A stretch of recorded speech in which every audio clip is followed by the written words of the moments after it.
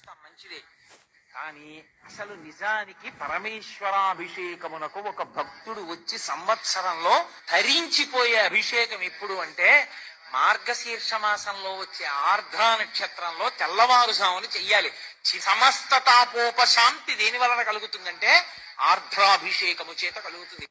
పరమేశ్వరుడికి అత్యంత శక్తివంతమైన అభిషేకం జరిగేది ఎప్పుడో తెలుసా? మనం మహాశివరాత్రి మాస శివరాత్రి చేస్తాం మంచిదే.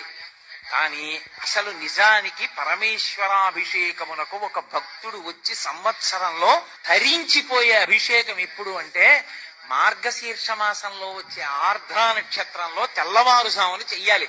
సమస్త తాపోపశాంతి దేని వలన కలుగుతుందంటే ఆర్ద్రాభిషేకము చేత కలుగుతుంది. పరమేశ్వరుడికి అత్యంత శక్తివంతమైన అభిషేకం జరిగేది ఎప్పుడో తెలుసా? మనం మహాశివరాత్రి మాస శివరాత్రి చేస్తాం మంచిదే. కానీ అసలు నిజ